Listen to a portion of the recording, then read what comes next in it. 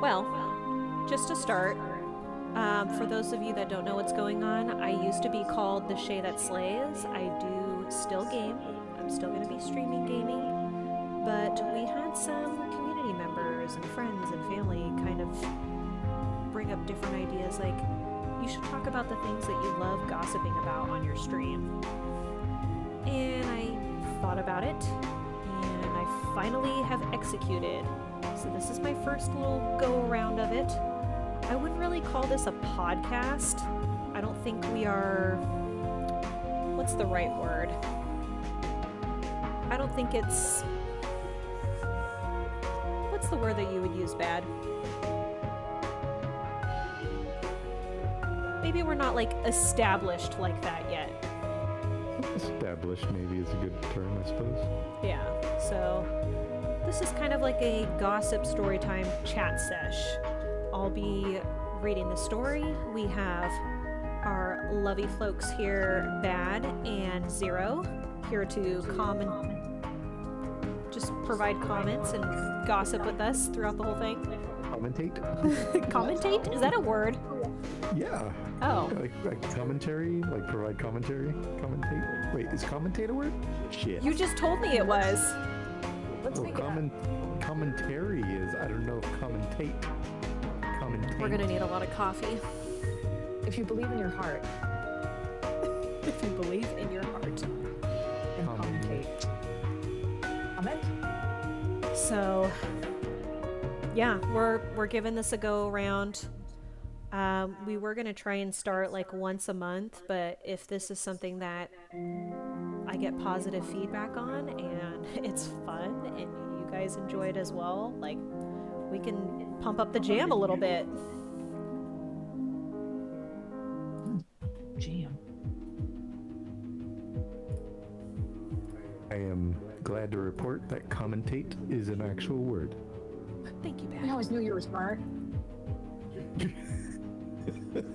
Also, I can't remember what song we chose for background music.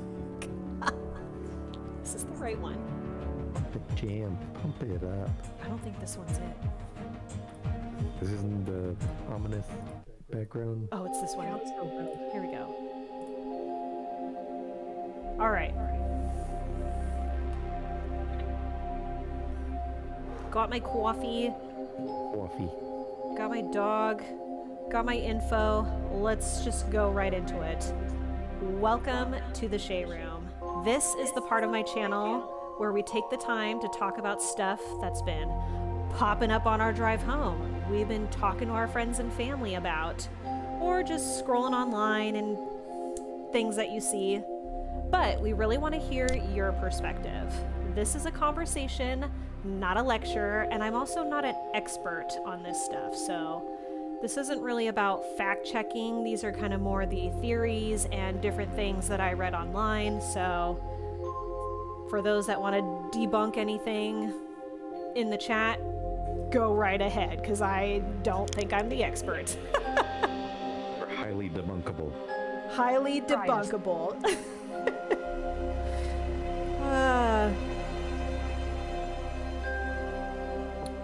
So going right into it, has everybody seen the Netflix documentary, The Staircase? Zero, I think you said you've seen it. Long time ago. I think it was an older one. Not the Okay. most recent one.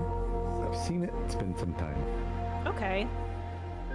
So I saw there was an HBO one and then Netflix released one, and I think they both are the same name. But what were your thoughts on it?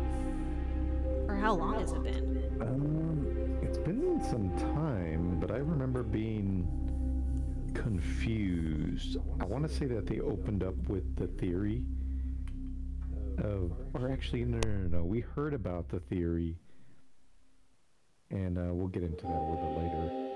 And then whenever we watched the Netflix documentary, it just seemed like it was an afterthought theory.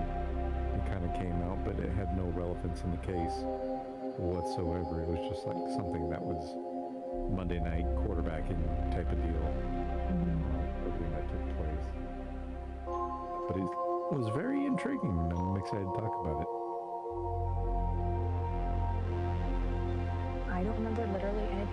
except that it had something to do with death and a staircase.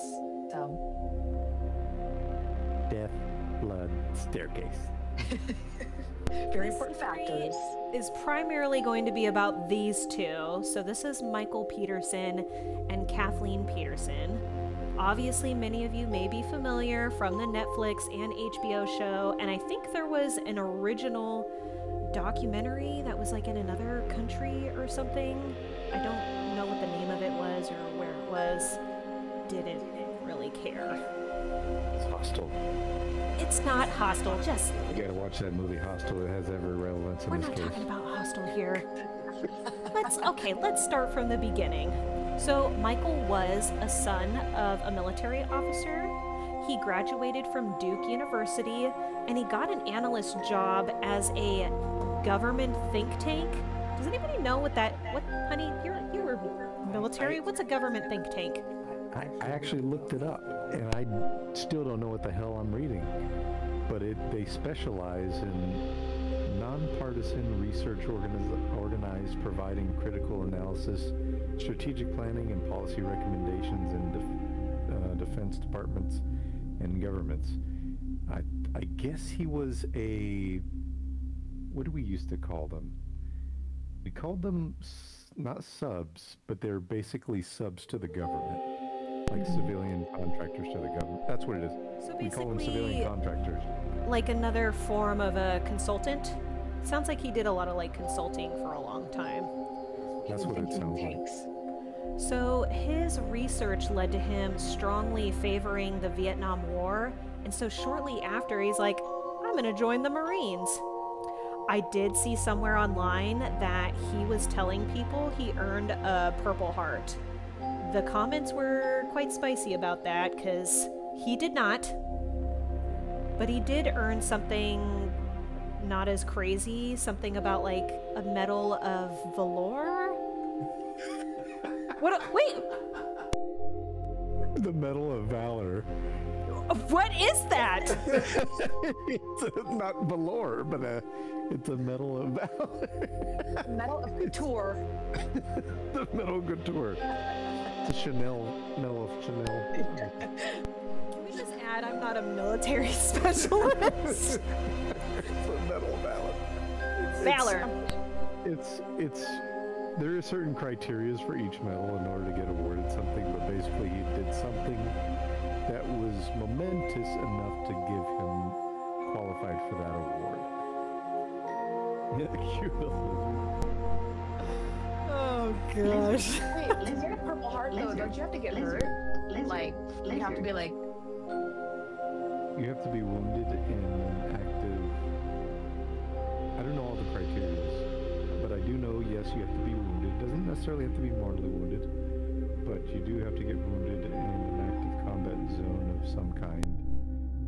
Once again, I'm not too familiar with all the criteria. So what I did read online is he was in Vietnam, but I heard he got injured in a car crash, and so he was trying to like kind of use that for some things. I don't know. There was a lot of shady comments about him. Everybody was on fire, but I don't know what's facts and not.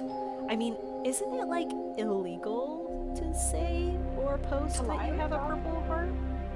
I feel like it's So hella illegal. there's some interesting things about this. So, for example, let's use Halloween as an example. You can dress up as a police officer for Halloween. You can dress up as a soldier for Halloween. And I'm just using Halloween as like a broad category. You can dress up as these things. But the moment that you say that you're you're involved in that department or career field, and you try to impose illegal authority over somebody or get benefits, like if you're dressed up in a military uniform and you get a military discount, from going to the store or getting something from a restaurant, that is when it crosses the boundaries to legality. Interesting. What is defined as a benefit? Like money? Anything. And it could be monetary, it could be, Favors. yeah, like Okay. jumping on ahead of a plane, like for uniformed personnel. You're Okay. now receiving a benefit for something that you are not a part of, that is illegal. That's when legal action can be taken against you for what do they call it? Like imposter, that uniform. Okay. You can wear the stuff. Like you could be fully dressed. Like I could get my old uniform out and walk around, but I can't say like, hey, I'm in the military. Hey, I want free shit. Like I get first on plane. Like I can't do that anymore. Can I just simply say I am in the military, period? Not asking for stuff, but like I am when I'm not? That wouldn't be illegal, but that would be severely frowned upon as stolen valor. Okay, so that's fair. a term, stolen valor. Okay. So that's where people, they say that they've done things or served and they haven't, and people get like in trouble for that, but not in a legal sense. It's more of a public. Oh, I read here, like, utilizing, trying to get free food at a restaurant. Well, moving on, so he did return to the U.S. from overseas and became another type of government consultant. And then he married his first wife, named Patty Sue Peterson, in 1965. She was a school teacher, and in 1980, they both moved to Germany together, which I think the reason they went to Germany was I think he was doing some military stuff and then the consultant government thing, so that kind of tied in. But they weren't there for very long. In this marriage, they both had 2 kids together, Clayton, who was the oldest, and Todd. I read somewhere online that Todd, the younger one, planted a pipe bomb at Duke University when he was 19 years old and got arrested. Kind of wild. Yeah, you don't simply plant a pipe bomb. And then I read comments like, oh, he tried to like prevent it from happening, but it's like, you planted it. What, did you just like change your mind? You're like, no, wait, I actually don't want to do that. Yeah. Make a pipe bomb. Like that takes like some planning to even try to make something like that. I've almost made something like that, but it was a firework. Very close to a pipe bomb, but not for the same purposes. And I burnt the shit out of myself. You what? I didn't make a pipe bomb. I just mixed a whole bunch of like Black Cats in a bottle, and I lit it on fire, and I nearly blew the shit out of myself up. Fun fact. Oh, a fun fact about Jesse, number 24. I married this one. So they had the 2 kids, and then him and Patty, first wife, moved again later in the 1980s to Durham, North Carolina.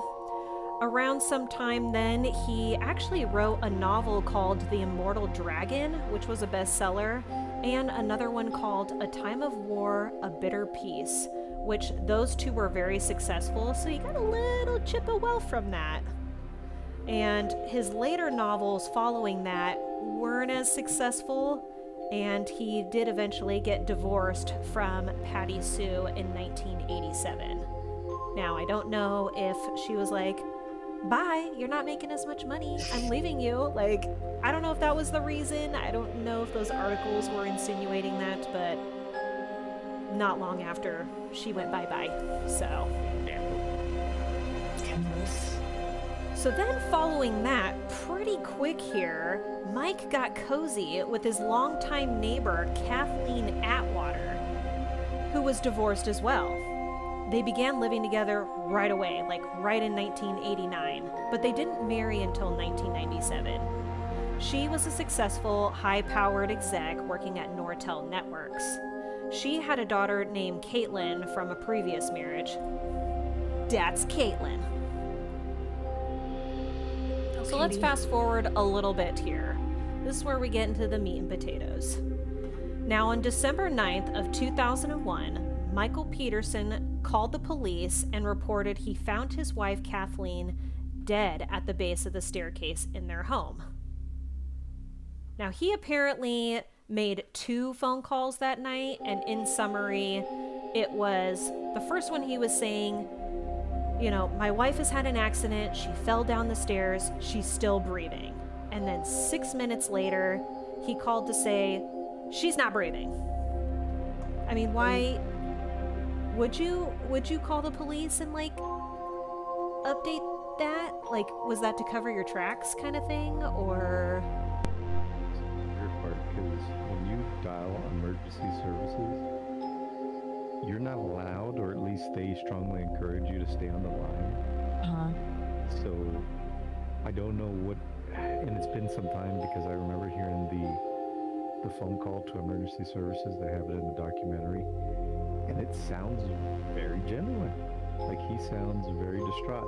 Now, whether some people could read that as like, oh, he's filled with, absolute disarray for what he's done in this moment. Maybe. Right. It's open to interpretation, but I couldn't help but believe his pleas for help with the emergency services and him mourning his wife.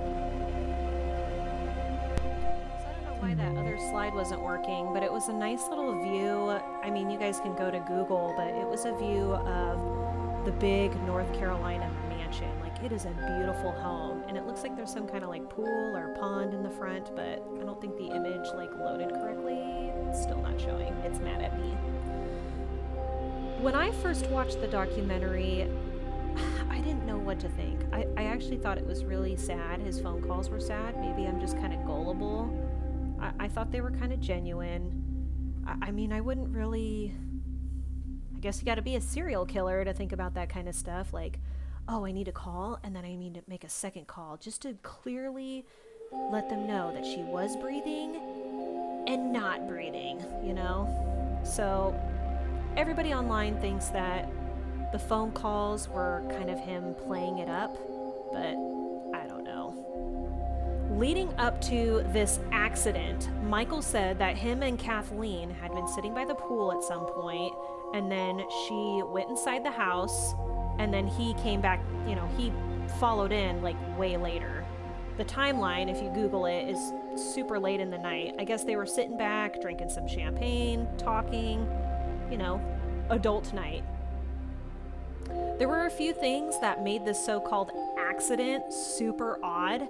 One was how bloody the scene was. There was blood splatter everywhere, and it was a total mess. I'm not going to show the actual crime scene, so this is kind of as close as we're going to get to it. Rated No, it was horrible. PG, but you go straight to Google. I mean, you could just Google Kathleen Peterson, and she right there, like,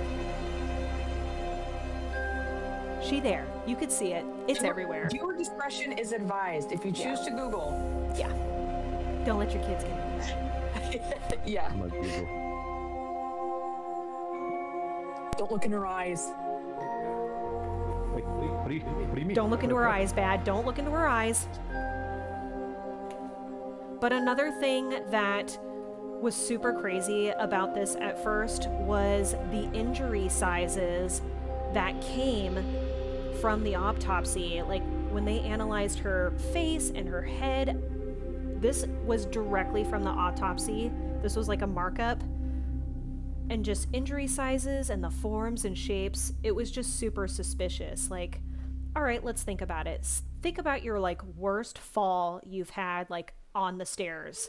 Did you get anything remotely to that? This was way worse than what they showed in the documentary. They're horrible. That's pretty bad. Wow. I told you not to Google it. Look at the real images. I know. They released it to the public. They tried to get it taken Wow. down, but it got released. I can't It's pretty unsee bad. it. It's so bad that we can't even show it on here. So it's like, yeah, you kind of got to Google it yourself. I don't know what Twitch's TOC is, so I didn't want to load that. No. God. But pretty crazy. This case was so suspicious that it did end up going to trial, and of course it got messy. But there were some crazy theories going around about what actually happened, and I think this is what made the story so wild and famous. I think this is what people caught onto Netflix and HBO, and just, I don't even want to say glorified it, but I don't know what the right word would be, but everybody was talking about this. It was the son with the pipe bomb. It was the son with the pipe bomb. So, first we have the owl theory. Now, Bat told me not to put this one as the first theory, but this one fascinates me the most. Cue the owl. I wanted to talk about it first. So, there was circumstantial evidence that supports the theory that Kathleen actually went out to the front yard to place some small reindeers because it was close to Christmas. We're talking about, like, what, December 10th this happened? And she was attacked by one of these barred owls. And then she ran inside and fell down the stairs. Maybe she was panicked and just blah, blah, blah. So, the topics that supported this theory was that these owls are local to that area and they're known to be very aggressive. That upsets me. Aggressive birds is not right. That is not.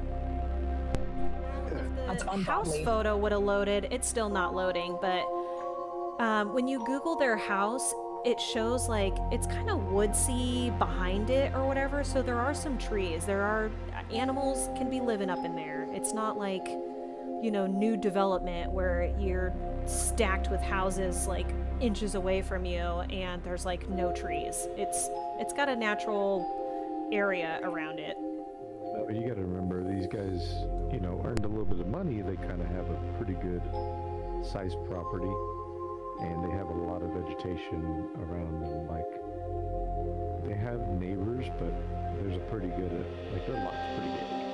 And there's a lot of vegetation in that area where they're at. So Essentially some big birds.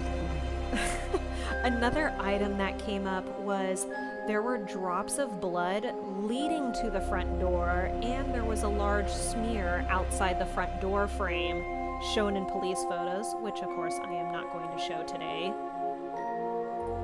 There was What? also That's the part that drives me nuts, What? because he and her were in the backyard, right? This is the part of the timeline that just really throws me for a loop. They were both hanging out in the backyard, and she leaves to come inside.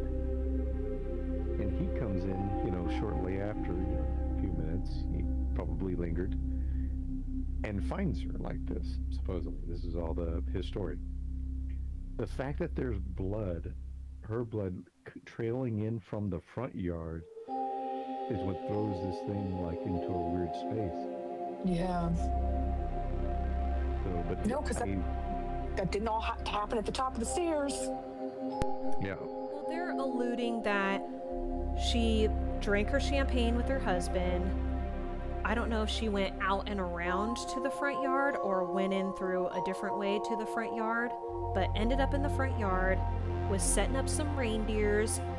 Boom! Owl comes from behind her and attacks her. And this leads into the next topic. They found a microscopic feather and a wood sliver found in a clump of her hair that she was clutching onto, like laying there dead, like R.I.P. Oh, her own hair? Yes. Ew. Yes. So I was like, Wait, how microscopic is microscopic? girl, I am not an expert.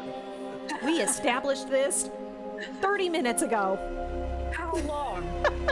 I am just Feather. sharing the info that was online.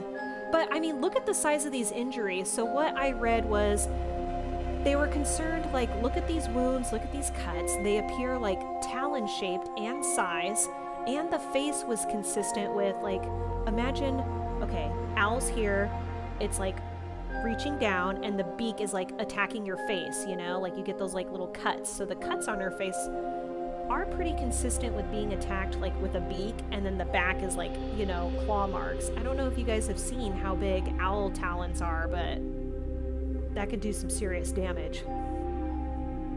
I was sold on it. I was sold. Like, I kind of, maybe I'm selling myself here too.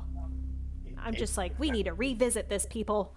the part that troubles me is the fact that they are kind of like perfect Y-light shapes. Yeah. Now, when you look at the actual photos of her scalp, the illustrations are a little bit odd in comparison. but the actual photos, it's like, okay, they're not as like perfectly Y-shaped, but you do see the shape of like a three-prong like foot claw, and then that back claw, which is odd. But I would have to look at what kind of owl did they say it was? It was like a barred owl. Okay, here we go. Yeah. I'm gonna look up its talons. How do you spell talons? Me and Talon. Talon. okay. There is perfectly 3 fingers in front and 1 in back. So I thought maybe this was one of those breeds that had like 2 in the back, which would cause some issues with this theory, but that's exactly the shape of.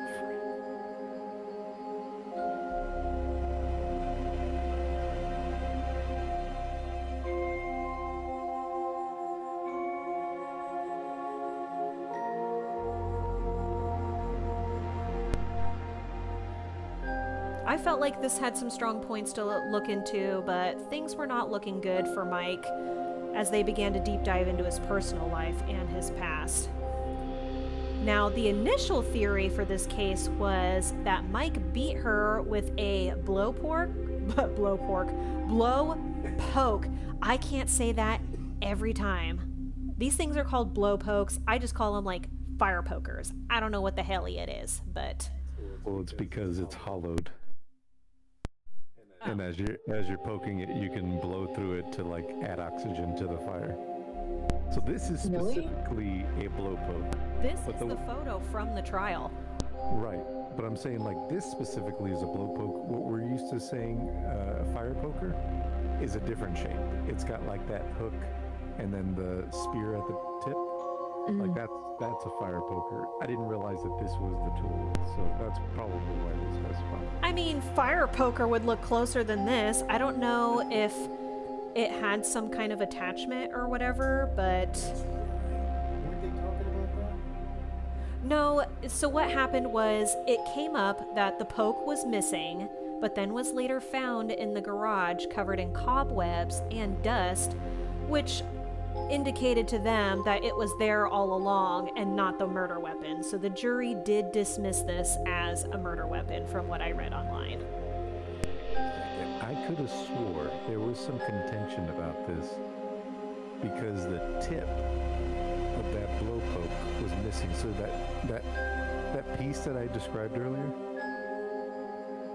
I think there's a piece missing.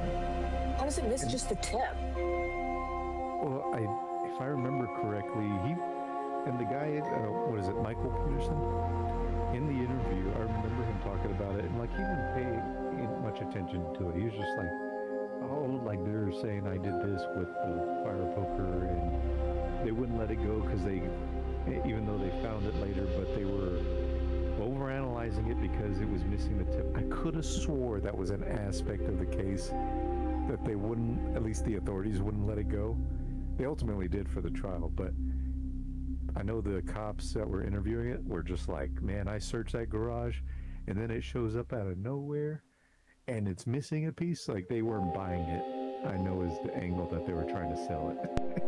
What I did read online that the sister-in-law actually gifted this to the family and that she may have like whispered to the prosecution like, hey, it could be this or this is missing or something like that. I guess she said something and brought up the fact that she gifted this and like was kind of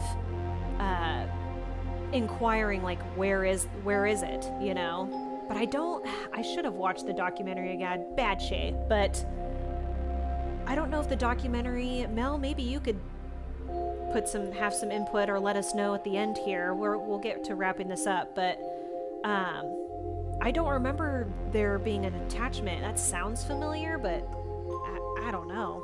I googled it and it says the staircase documentary, the blow poke tip went missing from the version recovered by the defense. I knew it. Oh, okay. Well, Which we you did would miss some. debate whether that was the original murder weapon. Ah. Plot Weird. twist. So that didn't. it's funny that they didn't really bring that up heavily in the research I went for. They were just kind of like, meh, this is not it, no way, and just kind of went to the other damning things, obviously. Probably dismissed it in some of your research since it was ultimately dismissed in court as the murder weapon. Yeah. Because some of the other things that were odd about this case was there was no trauma to her skull. Her skull wasn't fractured. There was no brain injury. You know, that all the injuries that she had were consistent with a fall, aside from all the lacerations on her scalp. So it's kind of hard for them to believe that she was bludgeoned to death by her husband, or at all, because there was no skull fracturing, there was no internal hemorrhaging in her brain. It was just very odd, this entire case. That did align with what I read. There was no skull fractures, and it just brought into more question, like, was she really beaten? Like, you would break something if you were whacked. I mean, can't be really hard when you're adding force like that to, you know, fracture a bone. So do we know what, like, specifically was her cause of death? Not precisely, but we share at the end what they ruled, I guess you could say. I mean, it was ruled she died from some kind of, like, blunt force trauma. They just don't know what the trauma was. What the hell? And, you know, suffered those lacerations shown here. This is from the autopsy report. These were the lacerations on her face and the back of her head. Crazy. Absolutely crazy. Ew. Just a quick goog. Officially disputed. It still remains officially disputed. So prosecution medical examiner concluded that her death was from severe laceration, was from 7 lacerations on her head caused by repeated blows from a light, rigid weapon, indicating a homicide. So they're saying it had to be something light, something that couldn't have broken her scalp, you know, but enough to cause lacerations, you know, which it's like, what? Like, being bludgeoned like that to death would be ridiculous. It'd be extremely violent. Like, you're basically being tortured to death. Right.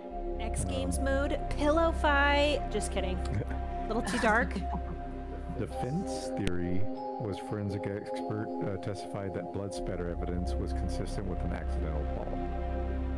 So, Who accidentally scratches the shit out of their head like that? Well, that's the thing. They couldn't explain really the lacerations, and so the only thing that they could go off of was what was there, which is like, hey, all the evidence says that she fell and somehow accumulated all these, you know, cuts to her scalp from the fall. Like, but there's really nothing that shows that there's anything more than that. And the prosecution, you know, obviously had a different opinion of that.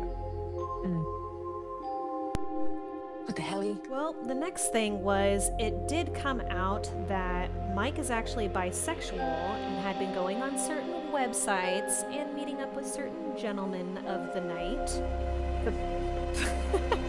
The prosecution claimed that Mike's wife didn't know, and that her discovering his gay corn and perhaps the emails with the gay escorts on his computer led to an argument that resulted in him bludgeoning Kathleen to death. And they did have one of the guys from the websites on the stand and everything. I didn't want to deep dive into that. It wasn't that interesting. But he swore up and down and was very adamant that Kathleen already knew and was okay with it. But Kathleen's daughter, Caitlin, the daughter that she, you know, brought into the marriage from a previous relationship, actually testified on the stand saying that, you know, my mom and bio dad's marriage failed because he had an affair. There's no way my mom would be okay with this lifestyle. So she was standing her ground that, like, no way, Jose, would my mom be cool with this. Initially, all the kids stood by him, claiming he was innocent, but when Caitlin saw that autopsy report, it was over. She was like, nah. There's very few individuals that probably exist that would be okay with an arrangement like that. Right, Their right. husband step out of a marriage Yeah. in Yeah. general, let Yeah. alone, to engage with members of the same sex. So it's like, especially for their age, like that was something that was extremely frowned upon in their day. I highly doubt that had she known, she would have been okay with it. That might have been him Yeah. trying to save face, in my opinion. Oh, for sure. For sure. Well, and she became like some kind of like executive director at this company, so she was doing well. I know later in their marriage they had like financial problems, and I did read somewhere that he even tried reaching out to first wife to have her like help out with the kids or something at some point, like basically like, I don't need the money, but the kids do, or something like that. There was a bunch of stuff that I read online, and I couldn't tell if it was true or not on what the heck was going on. So, He begging for monies. yeah. But there was something else very damning. Do you guys remember all the family members we saw in the family photo I showed you at the beginning of all this? Yeah. Well, think about it, and let me introduce you to Elizabeth Ratliff. Lizbeth. Lizardbeth. Lizard. Lizard. Lizard, lizard, lizard, lizard, lizard, lizard. Lizbeth. So this is Elizabeth Ratliff. Elizabeth was actually a friend and a close neighbor to Mike and Patty, the first wife, in Germany. Unfortunately, Elizabeth's husband died in 1983. I did read two different things, didn't hardcore fact check it, because to be honest, I didn't really care. R.I.P. Elizabeth's husband. I'm so sorry. He did. But it said that he, first I read he died in a car crash, then I read he died from a stroke. I don't know. But she was left alone to take care of her two daughters. But what happened in Germany is what complicated this accident even more. In 1985, Elizabeth was found dead at the bottom of her staircase in Germany. Ooh, we are about to start an ad in 50 seconds. Either hit that subscribe button, we could pause, or I'll just keep going. So not only did his current wife at the time die at the foot of the staircase, but his previous wife died in a similar fashion. Two That's ladies, not- two no. staircases, one dude. What the heck happened here? It was a lot to unfold reading everything online. There was just so much information. But what made this super strange was, so Lizbeth, has her accident on the staircase or whatever. She still has those two daughters, and the two daughters were adopted by Mike and Patty, first wife. They became the legal guardians. But why? Like, why not have maybe one of Lizbeth's other relatives take over? I did read somewhere that there were rumors going around, like, was there some kind of, like, relationship going on? Like, was Michael Peterson the biological father of these girls? Like, suspicious. Suspicious. Can anybody tell me why she looks so close to Kathleen too? Was this a look back in the day? Hey, look. That's how you knew that they were yours. You had to dress them up like you. You had to embarrass them. That was a ritual. Look how close they look. Oh, yeah. So those are the two daughters of Elizabeth that got adopted by Mike and Patty. because we're going backwards now a little bit. They're in Can we Germany. just make a quick comment on his eyebrows? I have to bring attention to them for a split second. Okay, Wait, keep let's see going. if we can get a zoom in. Oh, They're eyebrows. so bad. They're so bad. He's consistently surprised, that's all. Yeah, permanent surprise face. Surprised and angry at the same time. It's not resting bitch face, it's resting surprised face. I did also read too that Mike and Patty, first wife, may potentially have been like the godparents. Elizabeth was a little worried, like because her husband just died, that hey, if anything happens to me, I want you guys to take care of my daughters. But I also read at some point that Mike tried to push off adopting the girls and try to get somebody else in the family to do it.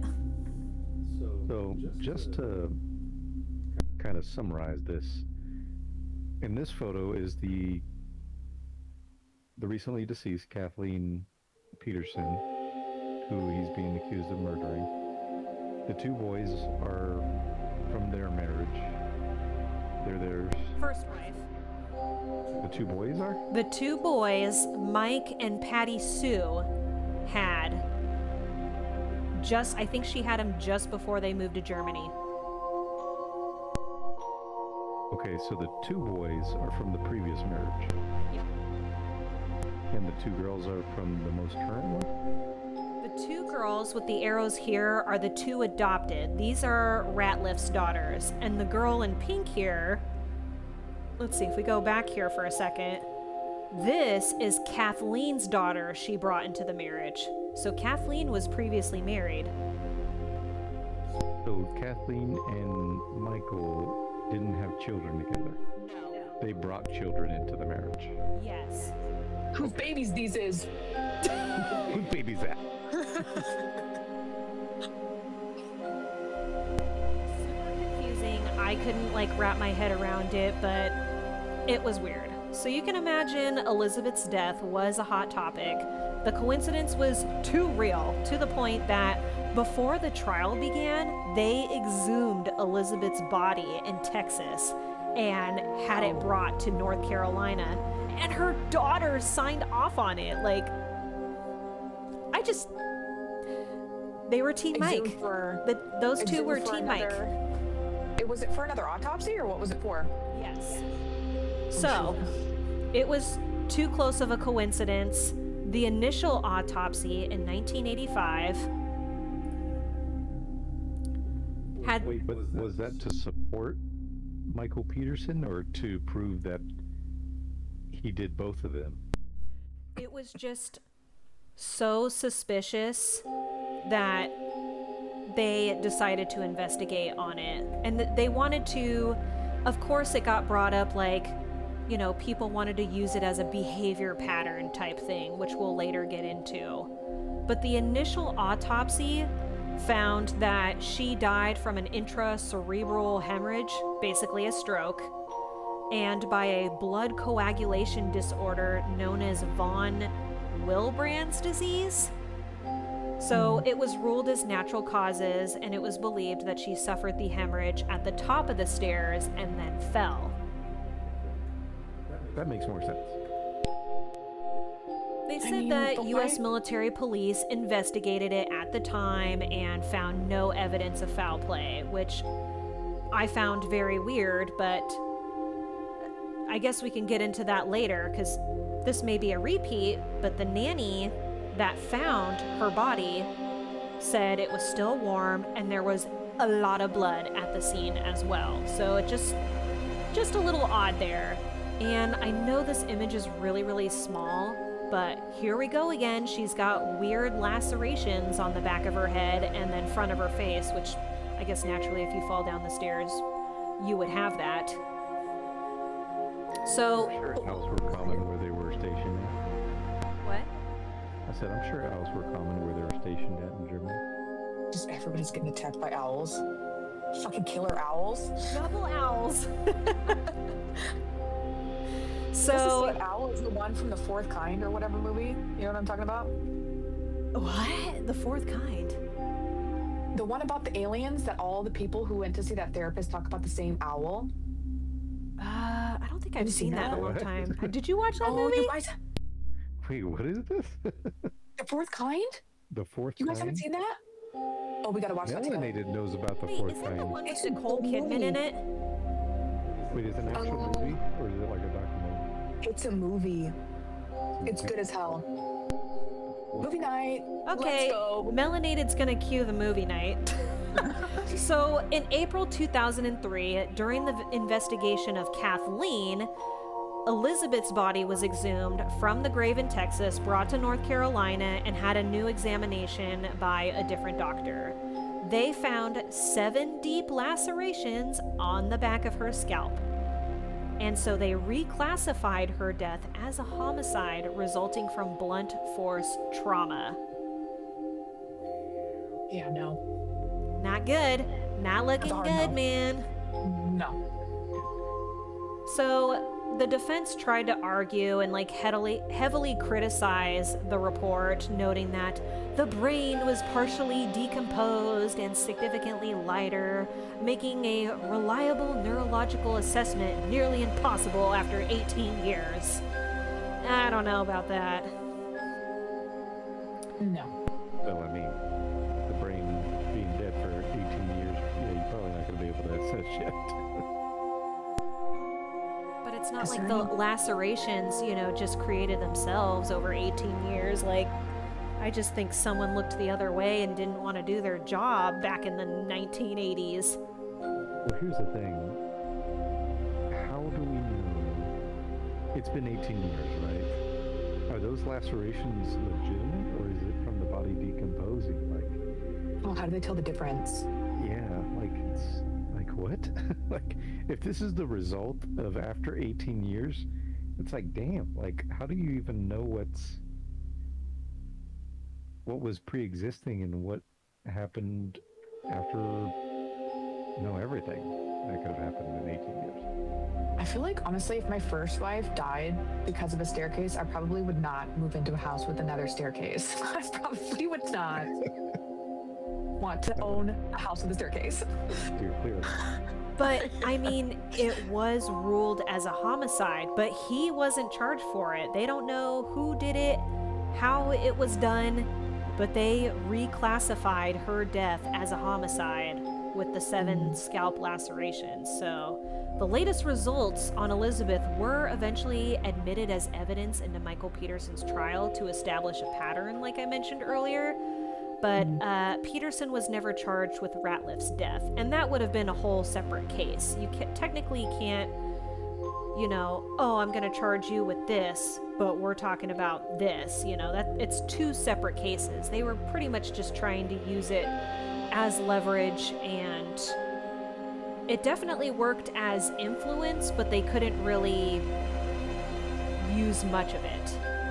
The nanny and another witness did testify in the trial to the large amount of blood, as mentioned earlier, at the scene of Elizabeth's fall. I have a theory. What's the theory? Pipe bomb son did it.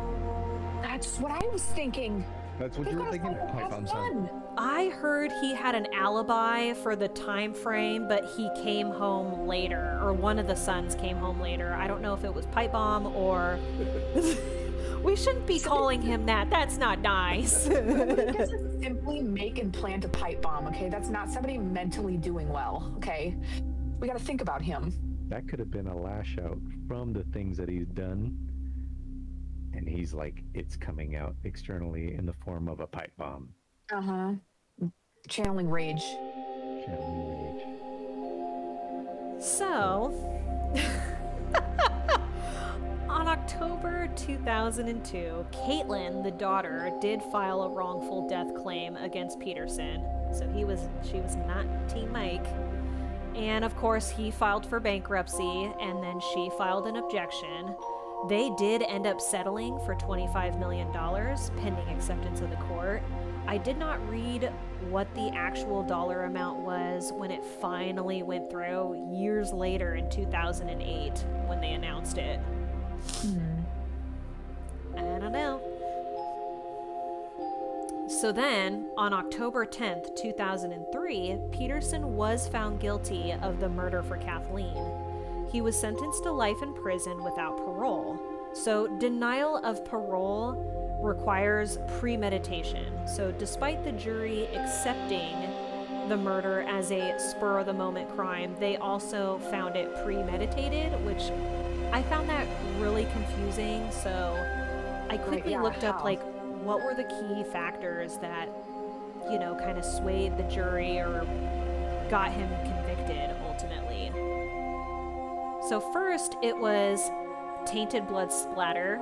An agent testified that blood splatter on the walls and steps indicated a beating. Now, we'll bring this up a little later, but the testimony was later found to be based on flawed science.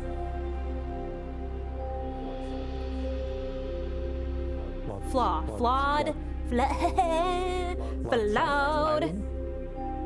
science. Science. Yeah, science, bitch. Science, bitch. Doesn't Twitch Wow, have a the true she crime got his category? Does crazy it? ass eyes. I'm I sorry. tried looking She up. has his- Oh, go ahead. She has his eyes. Is that his daughter? No, those are the two adopted. Team Mike. Those are the ones from the first one. No, that's his child. That's Nope. those his are the baby. adopted. This is Ratliff's girls. I don't believe it. Cliff, sorry. That be looking like him. Look at those crazy bugging eyes. They were Team Mike. I think it only just has talks and podcasts. We could always do that as the next one. We'll probably give this a go a couple times, see if people like it. If not,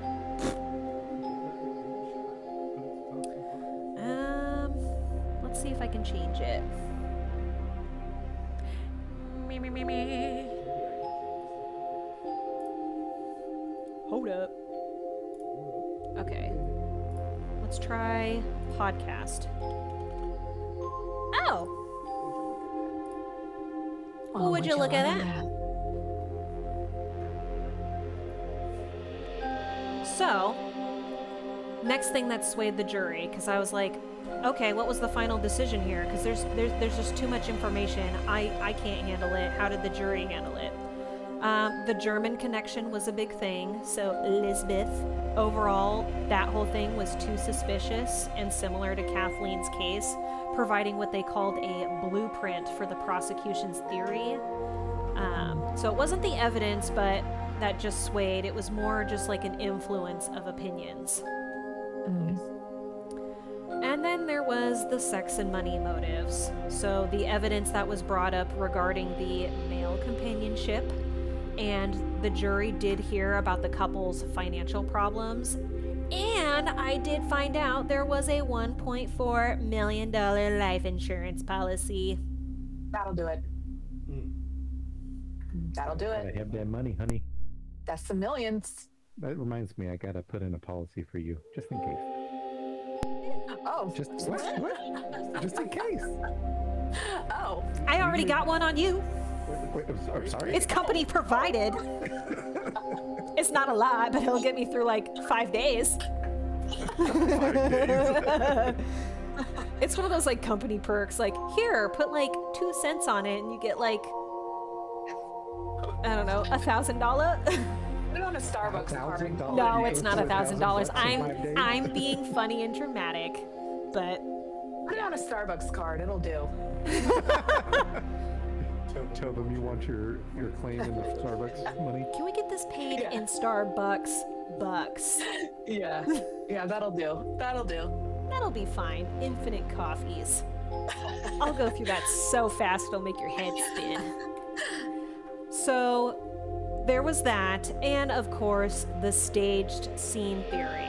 So prosecutors argued that the amount of blood suggested she had been dead for some time. So he was just hanging out and then making the scene look like a fall. So she fell, or something happened, and then he kind of moved her, and maybe that's why there was so much blood everywhere. He was hanging out with her. I couldn't help but notice that in the murder scene, in the crime scene photos, there was blankets and pillows like under her head, like it seemed like somebody tried to help or at least provide some kind of comfort during that time. So if that was him, I thought that was kind of strange. Maybe he 'Cause just did wanted to make it there look like was- he cared about her. Maybe. But yeah, look, like here, for example, this isn't? But then what is this?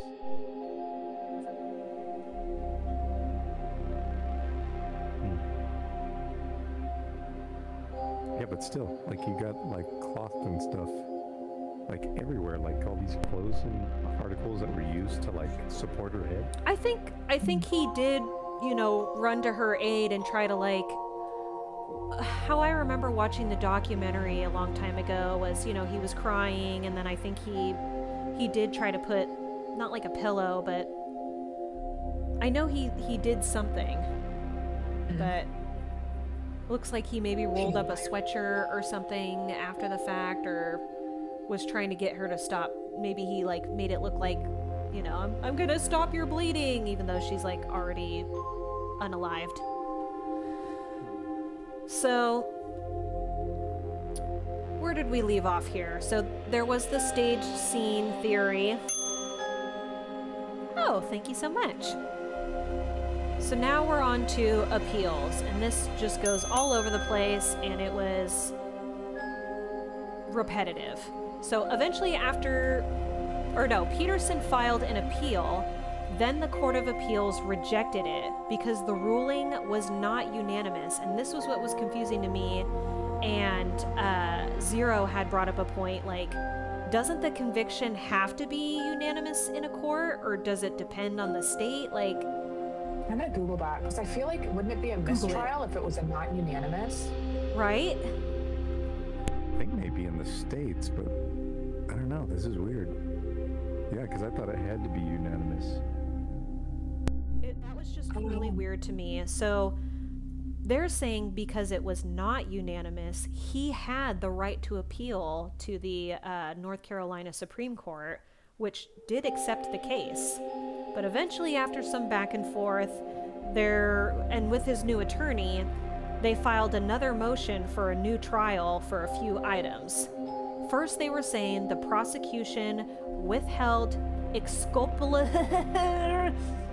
here we go again. Exculpatory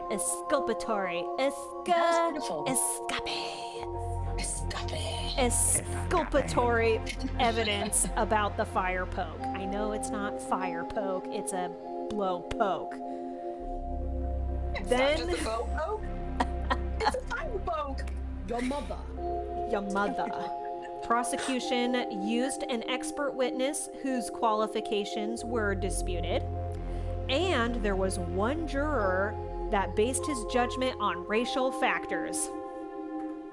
Which is mind-blowing. It's like the guy's white. What? Said, this is some white people shit. It's some white people shit. I think he did it because he's white. I saw that documentary. Yeah. What do you Said, mean racial factors? This guy writes books about dragons? Yeah. I think the dragon, I think those are both military books, Zero. The Immortal Dragon, I think, is like a Vietnam story. I was like, is this guy just writing the title. fantasies about dragons? Oh. Okay. Who Good to know. invited her to this podcast talk, whatever ghetto thing we want to call this? Hey, it's not her fault. Fucking Michael Peterson was a dragon fanatic, all right? He loved fantasy, fanfic, little K. Well, fanfic. He loved Twilight. I bet he read He that in did. prison. He loved it. He read Twilight when his other books weren't succeeding. Oh, by the Yeah. way, I heard a theory that, and this is going way off the beam, that 9/11 caused freaking Twilight to be born. There's a series of events. There's a series That's for of another events. podcast. There's a series of. We'll talk about it afterwards. But continue. Add it to the topics on the Discord. Also, if you don't have the Discord link, please go down at the bottom and you can submit a topic you want us to talk about for the next episode, because it has not been chosen. Next one, Bush and 9/11. Oh gosh. too much. I don't know if I want to. Yeah. That kind of gets into the political realm. So I'm joking. We would never touch that. to recap on what we were on, so he filed that motion. Motion denied. It was denied. So ultimately, the big key factor after another motion was filed was that the analyst, Dwayne Deaver, the guy that testified and said that the blood investigated, the blood spatter, was this and that, he was fired from the SBI after an independent audit of the agency, and they found out that he had falsely represented evidence in 34 cases, including withholding negative results in the case. And Dwayne Justin Bieber. Dwayne the Rock Bieber.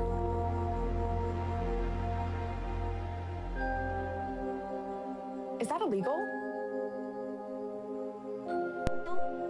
Oh, Dwayne Deaver. I think so. I think it's illegal. Things were not going well for Dwayne Deaver because he's the one that got on the stand and said, this is it, this is it, this is it, and this is it. But now, Mike's got some fuel to like, woohoo, let's get this case turned around here. Can I go now? Can I go? Yeah. So this led sound to insane. Do you realize that? You should be medicated. you should be medicated. So this now led to Peterson being released in 2011 on $300,000 bail, but placed on house arrest. Then they later came to a resolution on February 24th, 2017. Peterson entered what was called an Alford plea to voluntary manslaughter of Kathleen, basically asserting his innocence but agreeing there was enough evidence to likely result in a guilty verdict. I have never heard of an Alfred plea before. Me neither. And that's such a wild thing to have available, where it's like, I'm saying I'm innocent, but I recognize that prosecution has enough to convict my ass. What a wild position to be in. Yeah. But you have to imagine that the prosecution maybe didn't feel confident about their case to accept a deal like that. Yeah. Which, and plus, there's no guarantees. You got to present your case and hope that the jury sees it your way. So I wonder why they didn't feel so confident the second go around. It probably a lot to do with the analyst that got fired, because now all of that evidence was inadmissible. And in fact, That's I'm sure a lot exactly of what it was. Yeah, a lot yeah. of it was the reason why he got damned in the first place, and now it's thrown out. So I think it was something that you mentioned to me, I think earlier this morning, almost like agree to disagree. It was some type of like, all right, we'll settle for this. Like, will you plead this way just to get this? And, we'll do this. So the judge sentenced him to a maximum of 85 months in prison from this plea, with credit for time previously served. But because Peterson had already served more time than his sentence, which was 98 and a half months, he didn't have to face additional time. This was going on for so long that it was just like a wash. Oh no. And I remember this part in the documentary because even though I feel like for myself, I would never accept anything short of a non-guilty if I didn't kill my wife. He had been battling this for years, and he's been incarcerated, and now he gets a deal that gets him to go home by just saying like, hey, I'm pleading innocent, but that whole Alfred plea, it's such a wild thing. It's almost like what do they call it? Like a stalemate, but you're kind of admitting fault at the same time, so it's like a win for prosecution regardless. It's just like a shitty win. It's like, I just want to not get a worse outcome type situation, so. Yeah, or be proven that the prosecution, was wrong in this go around because they lost so much evidence due to incompetence. Damn. So they probably, to save some amount of face, they got him to agree to this. But it's just like, that's a hard agreement to make. It's like, you're deserving the time. I I would have probably fought that thing had I known if I was innocent. But it's, it's one of those things that he's been in prison for a long time. He just wanted his life back. Yeah.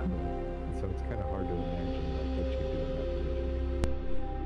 So, pretty much in summary, to outline how it went down. So, November 14th, 2016, Peterson's request for a second trial was basically got dismissed and was refused, and a new trial was scheduled to begin on May 8th, 2017. But however, like some kind of news report came out February 7th of 2017 that then indicated to everyone that he was negotiating. Like a resolution had been. Twist it. Pull it. Spin it. Oh, Fury did a sticker. So, pretty much it came out in the media that, yes, he had negotiated some way and, yeah, was good to go. Crazy. I feel upset by this. I feel upset. You feel upset? Yeah. Because I feel like he did it. Ooh. Well, I do. this is the part now. We've gone through the story. We've gone over the theories. Chat, we want to know your thoughts. Jump into that chat. What do you think of the owl theory? What do you think of the adopted daughters? How do you feel about the result? Like, there is just so much information. And feel free to Google and put your thoughts in the chat. This is the time we want to gossip with you. I'm upset. This is tough because when watching the documentary, they shoot it in a certain way, to bring you to a certain conclusion. There's always a method to how they do documentaries. This might be one of the first documentaries where I was confused as fuck. I didn't know which way to lean. Like, he seemed innocent. Like the call, like I mentioned at the beginning, when he made the call to emergency services, I believed him. I felt bad listening to it. Like, it was very heartbreaking. And just looking at him and how those initial, moments where he's getting emergency services arriving on site, like, he just looked distraught. Yeah. But once again, that could be a mix of him being distraught from what he had done and like what he's about to face, or maybe from what he lost because he's innocent, but there's no way to know. But he did fight the entire time that he was incarcerated to get his freedom back. I feel like he seems like the type of character, though, that's like gets good at lying. He's got a pretty long-standing history of lying with the Purple Hearts, with his friends he made online. If you feel me, like, he doesn't have a long-standing character of a guy who's been honest for a real long time. He could just be somebody who's really good at lying. I think Bad had a good point too. Like, we're talking about the 80s going into the 90s, and he's trying to say that his wife's okay with it. Like, okay with you running off with, it doesn't matter if it's a guy or a girl or whatever it is, running off with other people and seeking interest in others. Obviously, the corn thing could be a hot topic.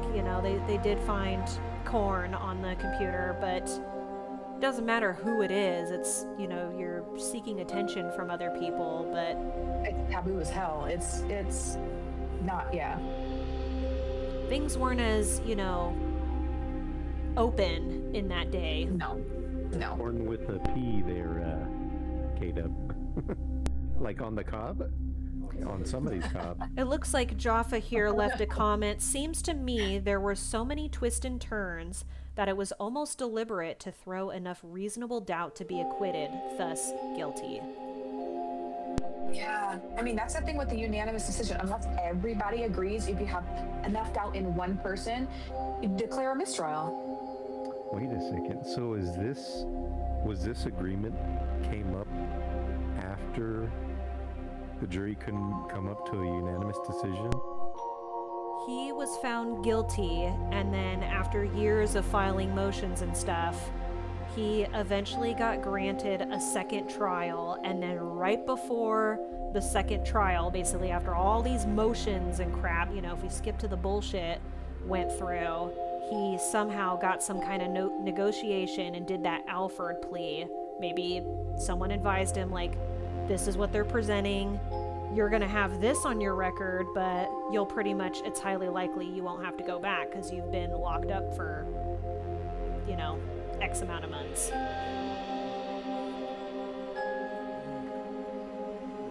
This is still one that stumps me because if he had done it, let's take that angle. If we remember the crime scene and all the things that were found as far as lacerations, no cracking of the skull, no brain injury, just a large amount of blood and lacerations, and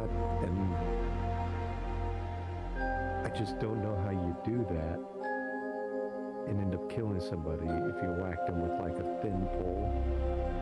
Like, that's just baffling to me, unless, because she wasn't bludgeoned to death. I think it was due to blood loss, if I'm not mistaken. Because how do you kill somebody with a bludgeoning if you don't crack their skull or bash their brains in? And neither of those things took place. That's very true. And there wasn't like, they didn't mention any like neurological stuff or like, you know, blood vessel or whatever, you know, when you get impact on your head. Yeah, it was very bloody looking at the photos and everything.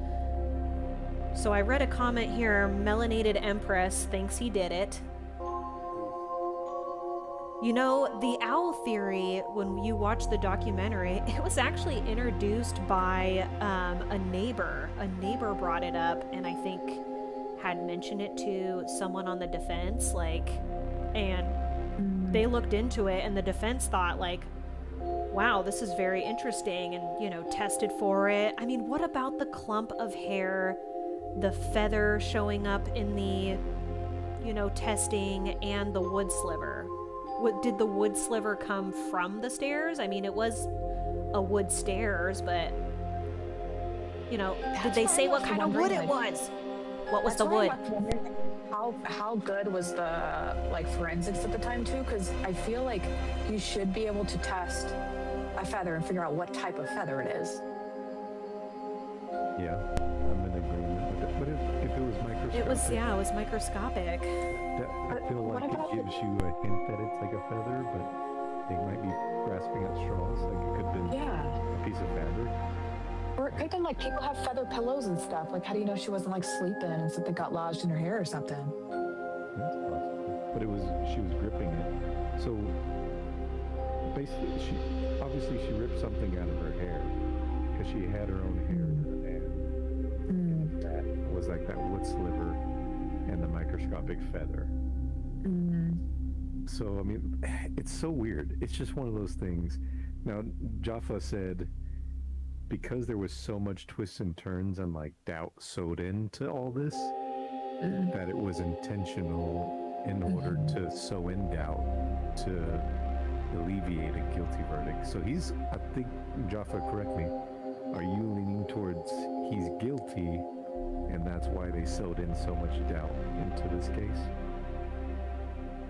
Yeah, Jaffa, I'd like to hear that if you're still here. Ooh, it Not sure says, if you I'm caught that reading it. question.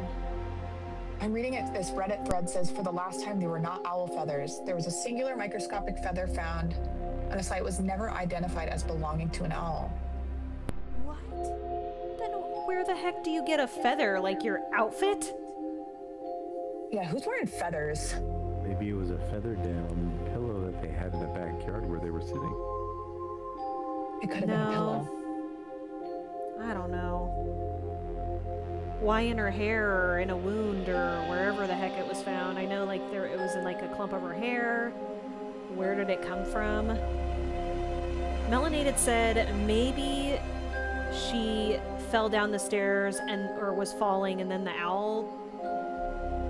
Wait, maybe the owl flew in after she fell. Yeah, I feel like that's a stretch. That's a coinkydink.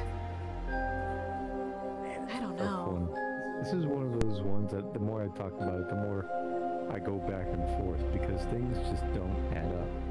And even if you use a fire poker, blow stick or blow. Wait, what was it? Blow. She said pork. Blow poke. Blow poke. Okay, blow poke over here. Sounds like a goddamn Pokemon. This thing. Yeah, that thing. Fucking stick. Looks like a goddamn gentleman's walking cane. Like, if you use that, maybe it was light enough to where he wouldn't cause skull fractures. But man, what a way to go. And the fact that they found it in the garage, and it's full of cobwebs and everything, even if that was staged, like, how do you imitate that unless it's been, like, several years where it's dusty and, like, full of cobwebs? And I do remember that part where the investigator, the detective, was super pissed because he's like, I flipped that place upside down and I did not find that there.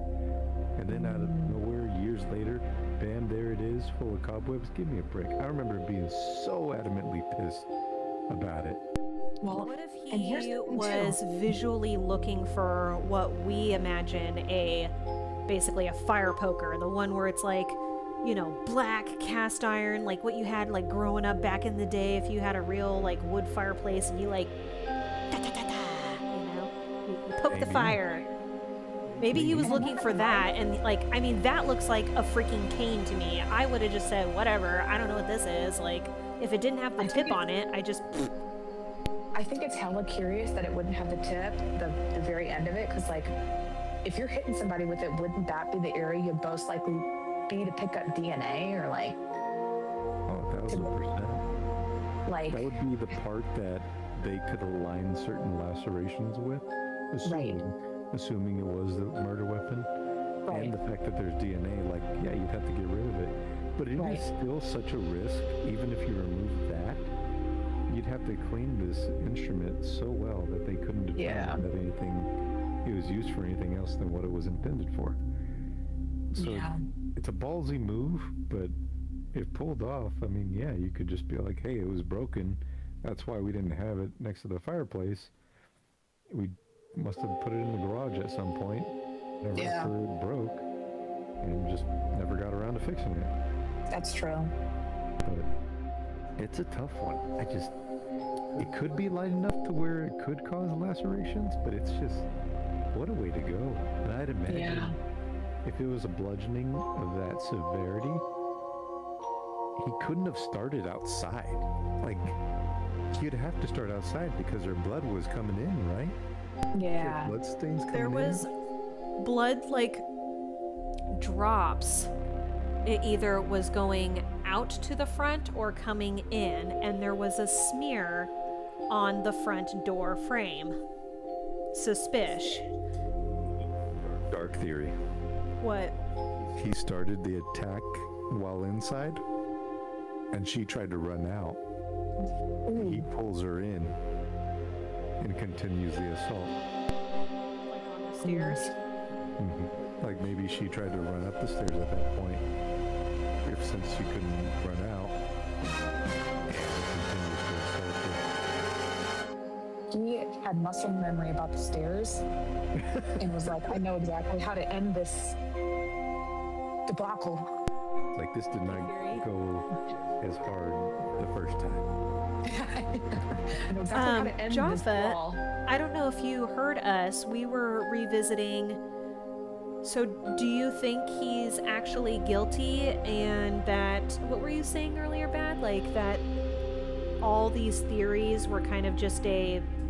Yeah, it's like a smokescreen. So it's meant, you sew in all these uncertainties and like twists and turns into, instead of looking at Occam's razor, the simplest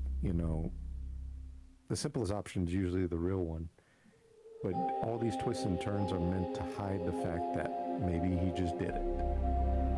Like, there was no other way, there's no owl, there's no none of this, has nothing to do with him being gay, unless maybe that was the reason for the argument. And maybe she wanted to separate. I mean, that could be part of it, but it's like, None of that matters. It's just them two. Simplest option. He killed her. Yeah, there was financial incentive, it seems. Looks like Jaffa is That too. agreeing. And yes, he does think that he's guilty of doing it. The more I think about it, the more that theory can fit for me. I have to rationalize this. That's why for this long I've been like stuck with this.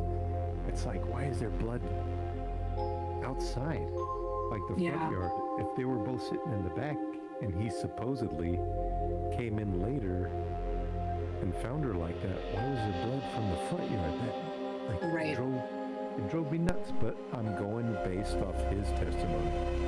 If I was to believe his side of the story, but if I was to make sense of this, that he did it, he has started attacking her. She must have ran out through the front, and he got her back in. Maybe the smear in the door frame was like her trying to hold on to it. And Yeah. she slipped through and pulled in. And Yeah, he could have been like just dragging her inside. continued.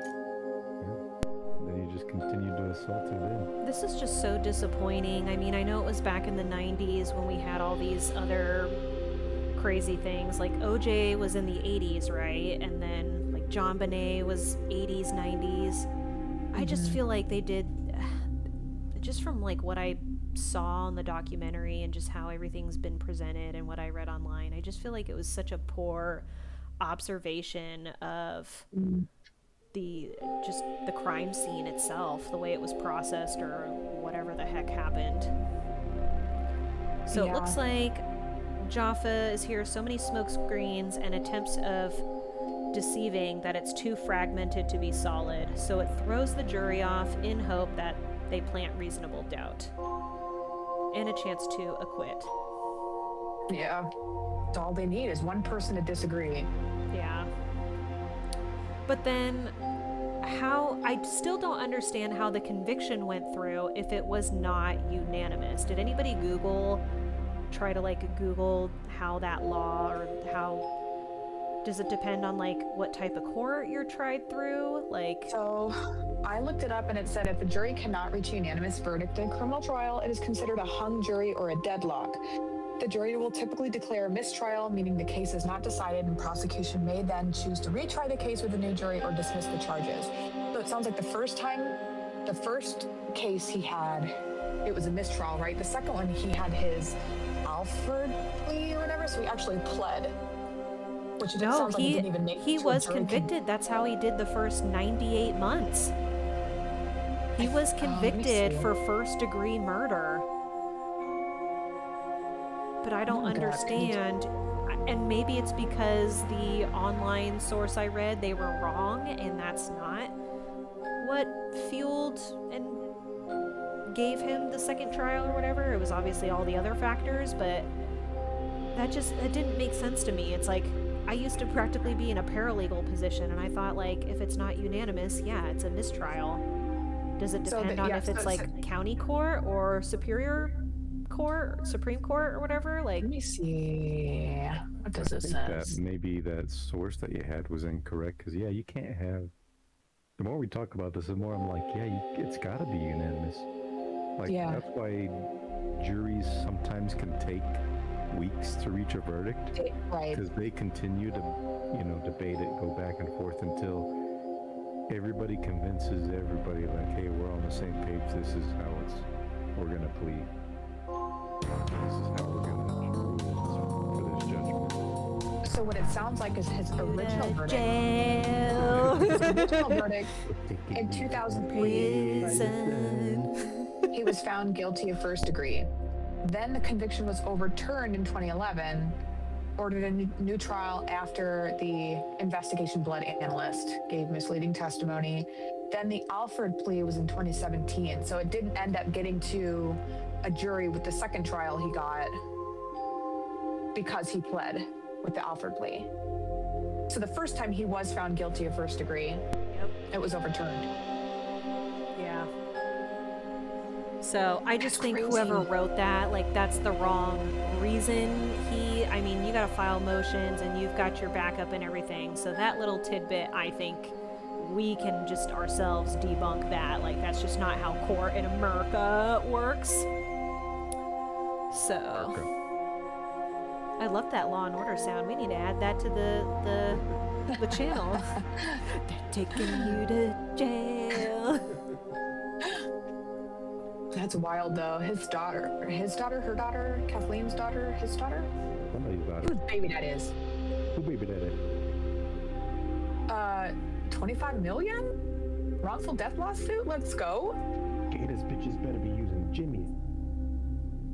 She made the money. She said, give me some. Well, I mean, I'm sure he filed for bankruptcy, didn't get shit from it. No, they said that there was it settled in, I didn't see the amount that it settled for, but he tried to file bankruptcy. She was like, heck no, and tried to contest it. I didn't know you could do that. That's crazy. Well, it happens in cases all the time, just because, I mean, I'm not a law expert or anything, but it's just like, you know, businesses. You get a lawsuit that comes up, and what is that LLC or business going to do? They're going to file like a bankruptcy thing to try and protect their assets and not go after certain things. So it is what it is. If someone wants to Google and try and find the final amount that was settled on, it looks like it was, where are you, Caitlin? 2008.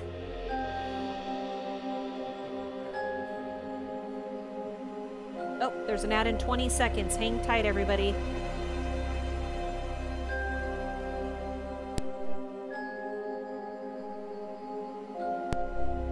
Holy crap. Let's see if we can Google this while we're in the ad. Outstanding debt. Can I dismiss it? Oh, I think I can dismiss the ad. But I'm out of dismisses.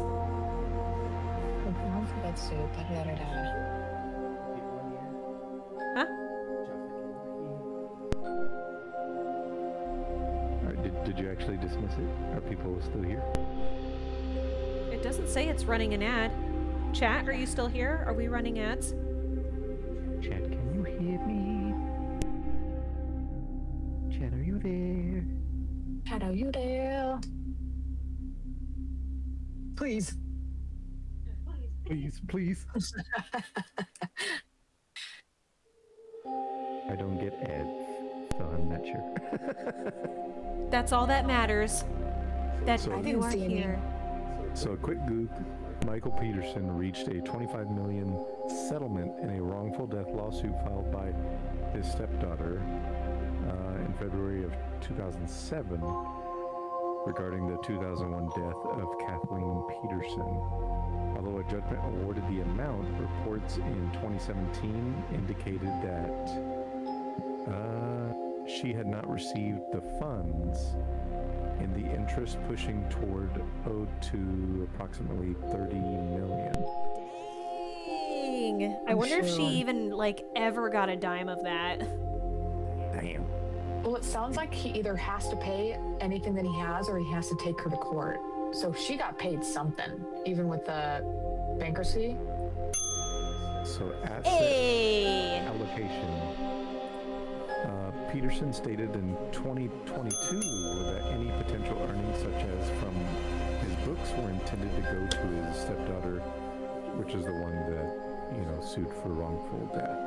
Oh, yeah. She's getting monies. Let's buy his books. Because you Dragons. usually bring in, it's like an insurance company or like, what is it, accident and injury type thing. I mean, it's just like when you're in a car, I mean, I learned this working for injury law. You're in a car accident and say your friend's in the car and your friend passes, like that family, potentially could go after your insurance company for wrongful death. Yeah. Just depends. I guess they look into certain things, but that's more on like the car driving stance, not like we just offed my mom stance. Dude, I just was in the cuts of Reddit, and this one comment says, autopsy showed broken thyroid cartilage consistent with manual strangulation. For who? Which one? It looks like Kathleen. What? Yeah. So he Broken beat her fall. and strangled her. Oh, maybe that's where that 6-minute phone call. You know, he made the first call, but then realized like shit, she could pull through. Oh. Like, hang on, operator. took her out. Strangle. Call back. She's not breathing anymore. Oh, yeah. I'm sure that one. So, do we think the phone calls, though, were kind of deliberate and planned? Like, were they to cover his tracks whether he's panicking or not? Like, Well, why hang up? Like, why hang up? Usually, Bad's right. Like, usually they keep you on the line if somebody's like struggling to breathe or somebody's injured. They'll keep you on to advise you what to do if something changes. Not only that, because they record them, they want to, teaser things so they can play it back in court. But more Right. so, it's to keep you online so they can monitor the situation remotely and relay that information to the cruisers that are on Exactly. their way. so then I'm curious, did he hang up? I assume he hung up. I think he hung up. Yes.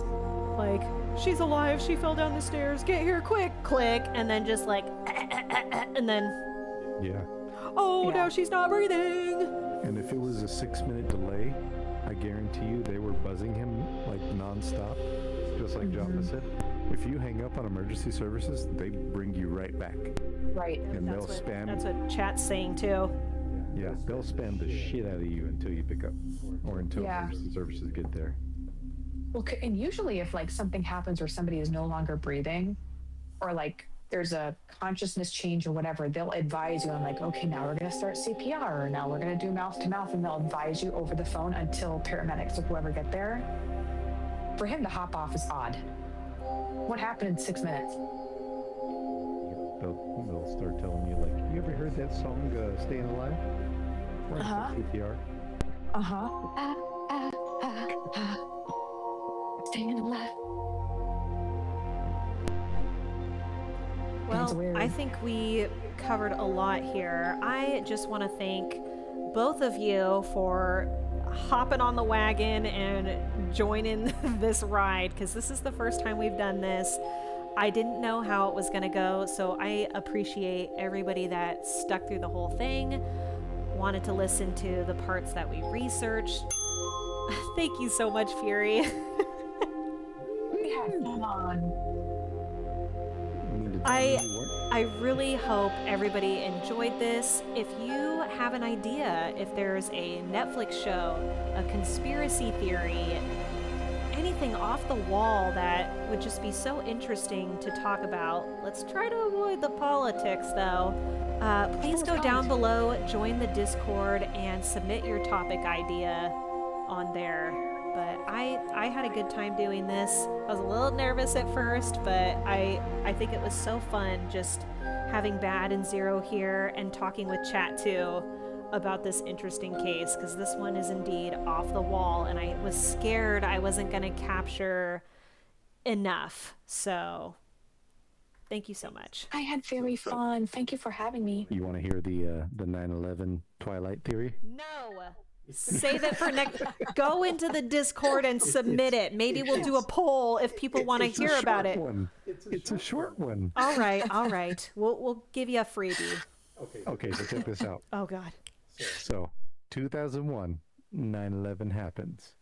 A young man, hang on, let me pull up his name so I'm speaking educatedly, somewhat.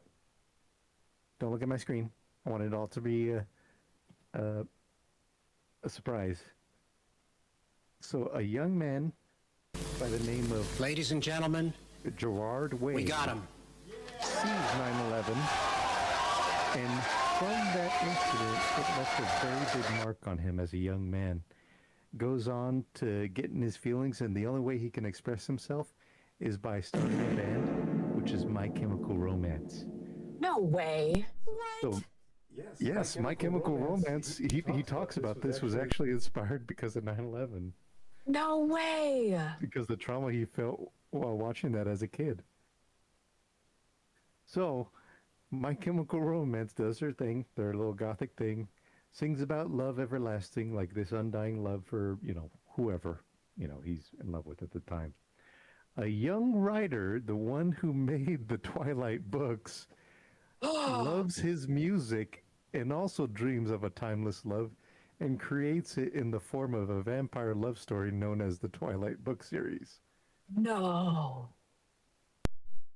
So, long story short, 9/11 created the Twilight. You're welcome. And that's it for today, folks. What the hell?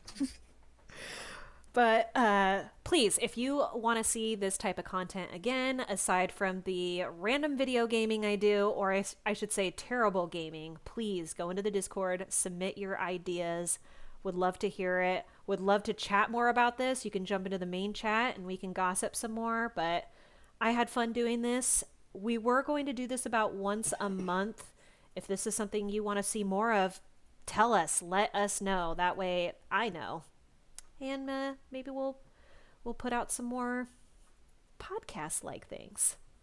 But thank you so much, everybody, and happy Valentine's Day. Good night. Love you.